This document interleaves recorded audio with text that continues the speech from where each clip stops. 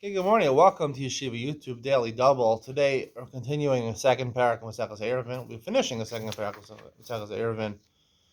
There's the Kolel who learns, where I sit in the base medrash. So learning Maseches Eiruvin, not Mishnayos, the Gemara.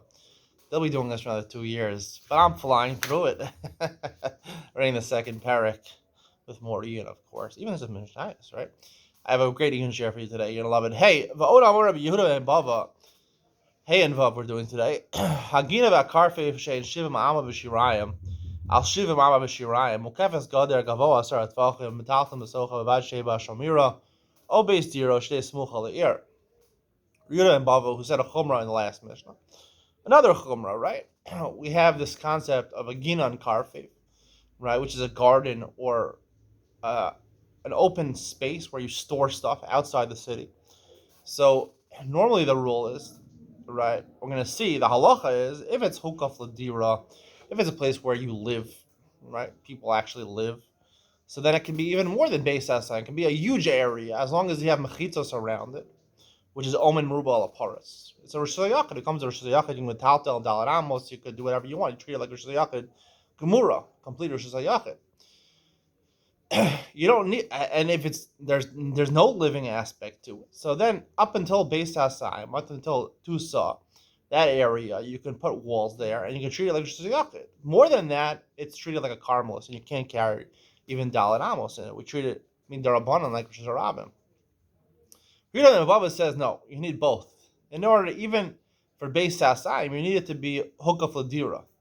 In order to metaltel it, you need only until beis hasa, only until tusa, with bechitzos, and you have to have either a shalmira, so a guard who's guarding it, or beizira, or a hotel on the premises, or it's next to the city, in which case it's very accessible and it's a place where people live. You need both, and if it's bigger than Tusa, there's no help. Even if it's hukaf adira. Rabbi Yehuda Omer, that's a big chok, we don't pass him about. Rabbi Yehuda Omer, afilu ein ba ela bor v'shiach mara. He is more mekel, Rabbi Yehuda says. You don't have to have complete living space. You just have a bore, a pit, or a shiach amar, a cave. Shiach is a square type of pit where you store other things. You don't have to have a complete living, even diras arai, like cave. Most people don't live in caves, like cavemen. Diras arai, that's okay, right? Again, he needs a little bit, right? You need beis hasaim. Hukaf ladira, diras al yidei adchak, or diras arai. We'll talk about diras arai in a second. You're not going to live full time in a cave, but temporarily you can live in a cave. Diras arai is good enough. Rabbi Akiva Omer, I feel ein by achas mikol elam without the masocha. Rabbi Akiva is just like to accept the halacha, but not exactly the halacha. Even if there's no hukaf ladira, ubilvad sheheba shiv ma'am v'shirayim al shiv ma'am v'shirayim. It has to be basically beis hasa, even the shalohu kaf ladira. Shiv amma v'shirayim, which is 70 and 2/3 amos, by 70 and 2/3 amos. This measurement is based on the Mishkan. I'm not going to get into where we know it from. It's very close to beis hasa. It's a little less than beis hasa. Kiva is basically the same thing as beis hasa. He's more machmir than the Rabbanan of the previous Mishnah. It was called beis hasa. Beis hasa, I'm not going to get into the calculations. A little more, very little more than 70 and 2/3 amos squared, right? So Rikiva says, if you have that amount, right, even the shelo hukaf ladira at all, so even though no deer is arai, there's no cave in there, it doesn't make a difference. We treat it like shayachid if it has walls. So those are Omer im haisa arka yeshal rachba afilu ama achas ematal masocha. Those are holes like the Rabbanan and like Rabbi Akiva. However, it has to be exactly square, right? It has to be.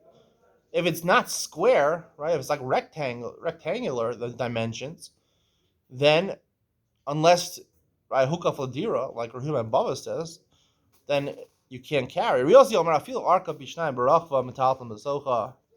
think doesn't. You say even if the length is twice the width, or any dimensions, if it has the dimensions when you calculate right the square feet or the square meters, it's beis hasayim, right? Rabbi Yossi holds like the Rabbana, not like Rabbi Akiva, beis hasayim, not 70 to the amos squared. That is considered to be the amount, and even if it's shelo hukaf ladira, even though it's not meant for dira, if you have beis hasayim or less, and you have mechitzos, that's shayachid gemura you can carry in there.